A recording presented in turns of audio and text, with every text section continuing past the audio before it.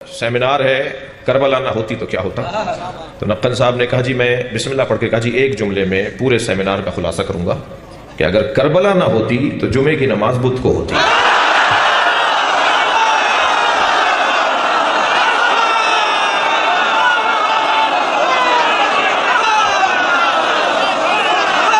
صلوات پڑھیں گے محمد و آل محمد۔ اللہ کربلا نہ ہوتی تو کیا ہوتا؟ یہ نقن صاحب نے ایک جملہ کہہ دیا، میں چند جملے اور بڑھا رہا ہوں۔ ایک پیش نماز پڑھا رہا تھا ایک ٹانگ پہ کھڑے ہو کر، ایک لطیفہ نہیں سنا رہا، ایک ٹانگ پہ کھڑے ہو کے نماز پڑھا رہا تھا، ایک ٹانگ انہوں نے ہوا میں معلق کی بھی تھی۔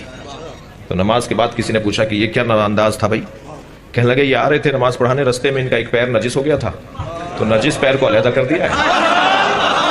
کربلا نہ ہوتی تو یہ ہوتا۔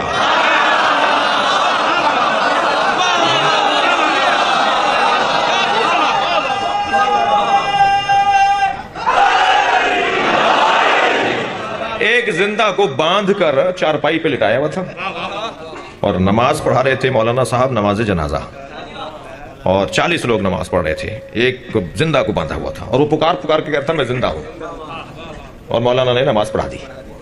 جب نماز پڑھا دی تو کسی نے پوچھا کہ حضور یہ تو زندہ تھا، کہنا میں کیا کروں، 40 کہہ رہے تھے مردہ ہے، ایک کہہ رہا تھا کہ میں زندہ ہوں، میں ایک کی مانوں یا 40 کی مانوں؟ کربلا نہ ہوتی تو یہ ہوتا۔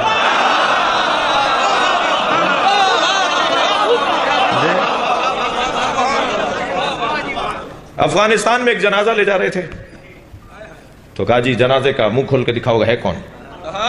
مرد ہے عورت کا؟ جی مرد ہے، کہ منہ کھول کے دکھاؤ۔ اب جب منہ کھول کے دکھایا تو وہ داڑھی منڈا ہوا تھا، اس نے کلین شیو کیا ہوا تھا، تو کہنے لگے اس نے گناہ کیا ہے، پہلے اس کو 20 کوڑے مارے جائیں گے پھر دفنایا جائے گا۔ کربلا نہ ہوتی تو یہ ہوتا۔ صلوات پڑھیں ذرا محمد و آل محمد۔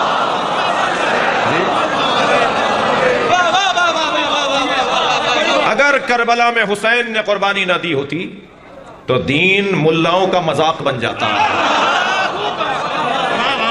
اب کربلا بار بار دہراؤ، خرچہ ہوگا، پیسہ لگے گا، جانوں کے نذرانے دیے جائیں گے، خرچہ ہوگا، اہتمام ہوگا، انتظام ہوگا، تکلیفیں اٹھانا پڑیں گی، مگر بار بار کربلا کو دہراؤ تاکہ جمعے کی نماز بدھ کو نہ ہو جائے۔